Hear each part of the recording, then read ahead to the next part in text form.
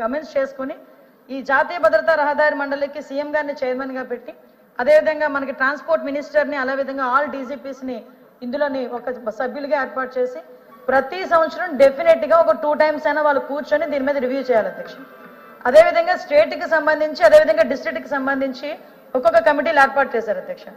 State కి సంబంధించిన దాంట్లోని కూడా ఇమీడియట్ గా మనకి మళ్ళా సీఎం గారిని అదేవిధంగా డీజీపీ గారిని రోడ్ అండ్ ట్రాన్స్పోర్ట్ మినిస్టర్స్ ని అదేవిధంగా ఆర్ఎన్వి మినిస్టర్ని వీళ్ళందరినీ కూడా ఇన్వాల్వ్ చేసి మళ్ళీ కమిటీ ఏర్పాటు చేసుకుని ప్రతి నెల కంపల్సరీగా దీని మీద ఒక రివ్యూ కూర్చునే పరిస్థితులు వచ్చినాయి అధ్యక్ష. అదేవిధంగా అధ్యక్ష ఈ రోజు మనకి డిస్ట్రిక్ట్ లెవెల్కి వచ్చేసరికి కలెక్టర్ చైర్మన్ గా ఉండి మళ్ళీ ఎస్పీ ఒక సభ్యుడిగా ఉండి అక్కడ కూడా మనకి ప్రతి 15 రోజులకి ఒకటి డెఫినెట్ గా రివ్యూ చేసుకోవాలి, దాని మీద మెజర్స్ పాటించాలి అని గవర్నమెంట్ ఆఫ్ ఇండియా ఇచ్చిన ఆర్డర్ అధ్యక్ష. యాజ్ పర్ దట్ మనం పనిచేస్తూ అన్ని విభాగాలతోని కూడా కోఆర్డినేట్ చేస్తూ ఈ మధ్య కాలంలో రోడ్ ట్రాన్స్పోర్ట్ డిపార్ట్మెంట్ అదేవిధంగా R N B department and police department కలిపి ఎడ్యుకేషన్ డిపార్ట్మెంట్ వాళ్ళతో కలిపి అవేర్నెస్ ప్రోగ్రామ్స్ కూడా క్రియేట్ చేయడం కూడా జరుగుతుంది అధ్యక్ష.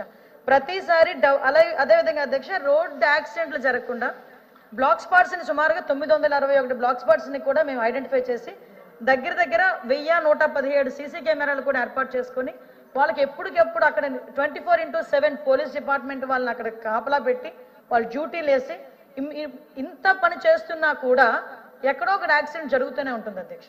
ఆ యాక్సిడెంట్ అనేది నిర్లక్ష్యం కారణంగా జరుగుతుందా లేకపోతే రోడ్డు వల్ల ఏదైనా అన్ఫార్చునేట్లీ జరుగుతుందా, ఇందువల్ల జరిగిన అధ్యక్ష కొన్ని ప్రాణాలు అయితే పోతున్నాయి అధ్యక్ష.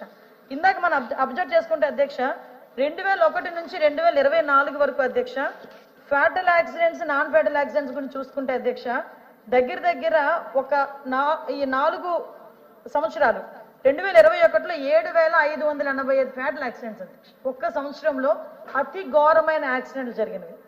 2022లో 7688 అధ్యక్ష, 2023లో 7516 అధ్యక్ష, 2024లో 6902 అధ్యక్ష. అంటే సుమారుగా అతి ఘోరమైన ప్రమాదాలు ఎన్ని జరిగినాయో జస్ట్ సభ్యులకి మీకు ఇన్ఫర్మేషన్ ఇస్తున్నాం.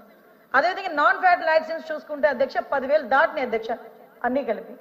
వీటిలో అధ్యక్ష కేవలం హెల్మెట్ లేని కారణంగా 2021లో అధ్యక్ష 2577 మంది చనిపోయారు అధ్యక్ష. కేవలం హెల్మెట్ లేకపోవడం వల్ల. ఇక్కడ మీరే ఆలోచించుకోవాలి, ఈ 1000 రూపాయల ఫైన్ అన్నది రాష్ట్రంలో అన్ని చోట్ల కూడా మొదలు పెట్టలేదు, టు బి ఇంప్లిమెంటెడ్. ఇంకా ఇంప్లిమెంట్ చేయడానికి మేము ఒక ఎక్సర్సైజ్ చేస్తున్నాం, కానీ కొన్ని చోట్ల పైలట్ ప్రాజెక్ట్ కింద కొంత మూవ్మెంట్ అనేది జరిగింది. మీరు అక్కడ జరిగిన సిచ్యువేషన్ మీరు చెప్తున్నారు, కానీ స్టేట్ మొత్తంలో ఎక్కడ 1000 రూపాయల ఛానల్ అన్నది ఇంకా లేదు, టు బి ఇంప్లిమెంటెడ్. కానీ దీని మీద కూడా అవేర్నెస్ క్రియేట్ చేసిన తర్వాతనే పెట్టాలని గౌరవ ముఖ్యమంత్రి గారి ఆదేశాల మేరకు ఇంకా అవేర్నెస్ ప్రోగ్రామ్స్ మేము కండక్ట్ చేస్తున్నాం. మీరే ఆలోచించండి, 2022లో 3042 మంది చనిపోయారు అధ్యక్ష కేవలం హెల్మెట్ లేని కారణంగా. 2023లో 3108 మంది చనిపోయారు. 2024లో 3400 మంది చనిపోయారు అధ్యక్ష. అంటే ఒక హెల్మెట్ లేని కారణంగా చనిపోయిన వాళ్ళ సంఖ్య చూస్తున్నాం. అదేవిధంగా ఇంజూరియస్ పర్సన్స్ చూస్తే డబల్ ట్రిపుల్ ఉన్నారు అధ్యక్ష. ఒక్కసారి మనం కూడా ఆలోచన చేసుకోవాలి. నేనేమంటానంటే అధ్యక్ష పోలీస్కి వాళ్ళ డ్యూటీ నిజంగా మీరు అన్నట్టు తాళం తీసుకుంటారు, జేబులో పెట్టుకుంటారు, పక్కకి వెళ్ళమంటారు. మనమే వెళ్తుంటాం రోడ్డు మీద, ఎవరినో చూస్తాం, వాడు కొత్తగా బండి కొనుక్కుంటాడు, ఇలా వెళ్తుంటాడు అధ్యక్ష. వాడు చనిపోవడమే కాకుండా ఎవరిని ఎంతమందిని చంపేస్తాడో భయపడతాం, మనం ఎక్కడికి వెళ్ళి పడతాడని భయపడతాం. అంటే ఒక తల్లికి సంబంధించిన కడుపు కోత నాకు ఇప్పటికీ అర్థం కాదు అధ్యక్ష. యావరేజ్ అని చూసుకుంటే 1,00,000 రూపాయల బండి యావరేజ్ అని చూసుకునే 1,00,000 రూపాయల బండి కొనుక్కునే వాళ్ళు 300 రూపాయలు పెట్టి హెల్మెట్ పెట్టుకోవడానికి ఏంటి అధ్యక్ష? నేనేమంటానంటే తప్పు అని మాట్లాడను. 300 రూపాయలు పెట్టి హెల్మెట్ ఈరోజు గవర్నమెంట్ పెట్టుకుంటుందంటే ఆ పోలీసుని కూడా మీరు అర్థం చేసుకోండి. తాళం తీసుకున్నాడు, రూట్ గా బిహేవ్ చేశాడు. రూట్ గా బిహేవ్ చేయడం కదా, టార్గెట్లు ఈ గవర్నమెంట్ లేదు. మీకు నేను కంఠాబద్ధంగా చెప్పగలను, రోడ్ ట్రాన్స్పోర్ట్ డిపార్ట్మెంట్ కి సంబంధించి టార్గెట్లు లేవు. ఎందుకు లేవో కూడా మీకు చెప్తాను. ఈ రోజు లాస్ట్ టైం అధ్యక్ష ఒకసారి మీకు దీని గురించి చెప్పాలి అధ్యక్ష. అంటే అమ్మాయిలు కాబట్టి నేను ఫోటో బయట పెట్టలేకపోతున్నాను. మొన్న రీసెంట్ గా కృష్ణా బ్యారేజ్ మీద నేను చూసిన సంఘటన అధ్యక్ష. ఒక స్కూటీ మీద 4 ఆడపిల్లలు వెళ్ళిపోతున్నారు జామ్ అనుకో. అంటే అమ్మాయిలు వెళ్ళిపోవడం ఎంపవర్మెంట్ పర్వాలేదు, బానే ఉంది, కానీ 4 వెళ్ళడం ఏమైనా యాక్సిడెంట్ జరిగితే అధ్యక్ష 4 అబ్బాయిలు ట్రిపుల్ వెళ్ళినా డబుల్ వెళ్ళినా అంటే మీరు అంటారు కదా అమ్మాయిలు ట్రిపుల్ వెళ్ళిపోతే వెళ్ళిపోవచ్చు, అలా కాదు అధ్యక్ష. సాధారణంగా అబ్బాయిల్లో ఉన్న పర్సెప్షన్ ఎలా ఉంటదంటే అమ్మాయిలు ట్రిపుల్ వెళ్ళిపోయినా పోలీసులు ఏమనరు, అమ్మాయిలు హెల్మెట్ పెట్టుకోకపోయినా ఏమనరు, ఇలా మాట్లాడతారు. కానీ అమ్మాయిలు నలుగురు వెళ్ళిపోతున్నారు అంటే జస్ట్ ఎందుకంటే అదే అమ్మాయిలు ఎందుకు తీసుకొచ్చారంటే నేను చూశాను అధ్యక్ష దాని సంఘటన. అంటే ఈ రకంగా మనం హెల్మెట్ లేకుండా వాళ్ళు చేయటం, ఒకసారి ఎంతో నాకు బండి కొను, నా అమ్మ బండి కొను. ఈ రోజుల్లో తల్లిదండ్రులు బండి కొనాలంటే భయపడుతున్నారు. మళ్ళా పిల్లోడు మంచిగా వస్తాడా లేడా అని భయం. ఎంతమంది పిల్లలు అధ్యక్ష, లైసెన్స్ లేని వాళ్ళు కూడా ఈరోజు 2 వీలర్ నడుపుతున్నారు. లైసెన్స్ లేని వాడు కారు నడిపి యాక్సిడెంట్ చేస్తే ఇన్సూరెన్స్ కూడా చనిపోయినోడికి రావట్లేదు అధ్యక్ష. ఇక్కడే మన ఎమ్మెల్సీ గారు ఒక ఆయన చనిపోయారు, మన షాబ్జీ గారు. ఆయనకి ఈ రోజు వరకు ఇన్సూరెన్స్ రాకపోవడానికి కారణం ఏంటంటే ఒక మైనర్ డ్రైవింగ్ యాక్సిడెంట్లో ఆయన చనిపోయారు. అందువల్ల ఈ రోజుకి కూడా ఇన్సూరెన్స్ రాలేదు అధ్యక్ష. దీనికి సంబంధించి అధ్యక్ష లాస్ట్ ఇంకొక చలనాల గురించి కూడా అడిగారు అధ్యక్ష. యాక్సిడెంట్ చేసిన ఆయనకి ఇన్సూరెన్స్ చనిపోయిన అతనికి రాలేదు insurance, because of that only.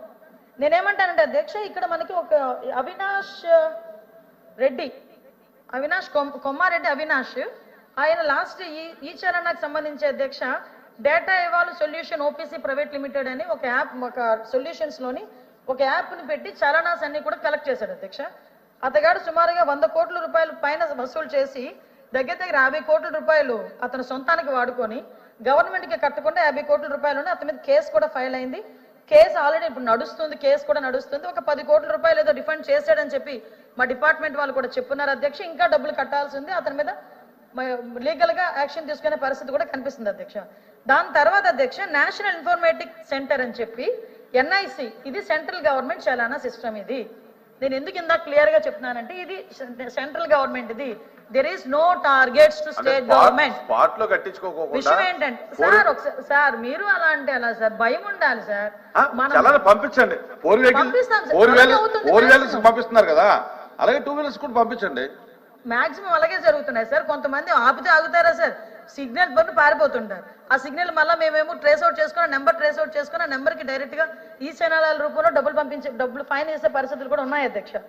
వాళ్ళు ఎన్ఐసి వాళ్ళు ఈ రోజు పోలీస్ డిపార్ట్మెంట్ కి ఇచ్చేది కూడా 35% పోలీస్ డిపార్ట్మెంట్ కి వాళ్ళు తీసుకున్న చలనాలు ఇస్తారు. అంతకు మించి ఇక్కడ రాష్ట్ర గవర్నమెంట్ కి ఎటువంటి చలనాలకు సంబంధించి లేదు అధ్యక్ష. నేనేమంటానంటే అధ్యక్ష, ఇప్పుడు ఎన్ని ప్రికాషన్స్ తీసుకున్నా, మనం ఎన్ని అవేర్నెస్ ప్రోగ్రామ్స్ తీసుకున్నా, మనం ప్రజాప్రతినిధులుగా ఉన్న మనం కానీ తల్లిదండ్రులు కానీ వీళ్ళందరూ కూడా కొంచెం అవేర్నెస్ క్రియేట్ చేసి ఈ యాక్సిడెంట్ని తగ్గించే ప్రయత్నం కూడా చేయాల్సిన బాధ్యత కూడా ఉంది అధ్యక్ష. నేను ఒకటే కోరుకుంటున్నాను, ఈ రోజు 1000 రూపాయలు ప్రాణం కన్నా ఎక్కువ కాదు, అలాగని 1000 రూపాయలు వేసి ప్రజల మీద భారం వేయాలన్న పద్ధతి కూడా గవర్నమెంట్కి లేదు. కాకపోతే కనీసం ఒక భయం క్రియేట్ చేయడానికి, కనీసం వాళ్ళకు ఒక బాధ్యత క్రియేట్ చేయడానికి ఆ ఒక్క విషయంలోని గవర్నమెంట్ కూడా తీసుకుంటుంది. ఇందులో పోలీస్ డిపార్ట్మెంట్ వాళ్ళు మీరు ఏదో రూట్ గా బిహేవ్ చేస్తున్నారు, లేకపోతే 1 or 2 మెంబర్స్ ఉండొచ్చు రూట్ గా బిహేవ్ చేసే వాళ్ళు. కానీ మీరు కూడా, నేను డిపార్ట్మెంట్ తరపున అభ్యర్థించేది ఏంటంటే డిపార్ట్మెంట్ వాళ్ళని కూడా తప్పుగా అనుకోకండి. ఎందుకంటే డిపార్ట్మెంట్ వాళ్ళకి ఎవరికి కూడా వాళ్ళు చుట్టము కాదు, వాళ్ళు ఎవరో కక్ష కూడా కాదు. కేవలం వాళ్ళ ప్రాణాలు కాపాడే ప్రక్రియలో వాళ్ళు గనక రూల్స్ కి వ్యతిరేకంగా వెళ్తే వాళ్ళు ఆపే ప్రయత్నమే. మేము కూడా మీరు చెప్పిన సూచనల్ని మా డిపార్ట్మెంట్ వాళ్ళకి అందించి మరి అంత రూట్ గా బిహేవ్ చేయకుండా ఉండే చూసుకునే బాధ్యత కూడా తీసుకుంటామని సభాముఖంగా తెలియజేసుకున్నాను అధ్యక్ష. క్వశ్చన్ నెంబర్ 136 మాధవరావు గారు, నా కూర్చోండి. నెక్స్ట్ మీకు వచ్చిన కూర్చోండి. అరే ఇది మంచి ప్రాక్టీస్ కాదు.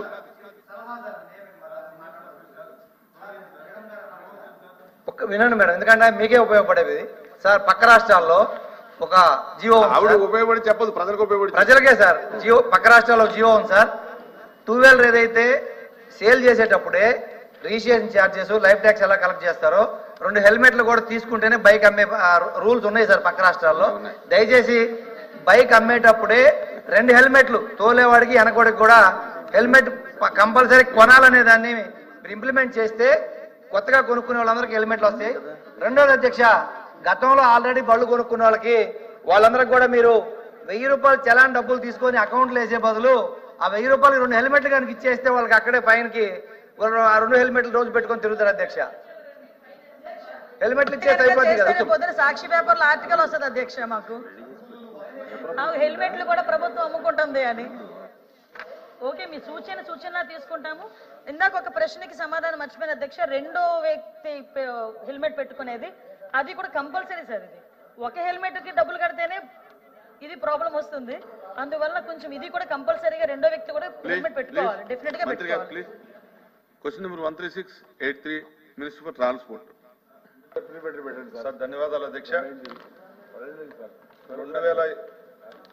2024-25 ఆర్థిక సంవత్సరంలో నిరుద్యోగ భృతి పథకాన్ని ప్రభుత్వం అమలు చేయలేదు అధ్యక్ష.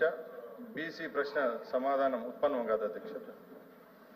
తిరుమలరావు మాధవరావు అధ్యక్ష, క్లుప్తంగా 2 గంటల అయింది క్వశ్చన్ అవరు, మీరు సూటిగా అడగాలి. Single supplementary.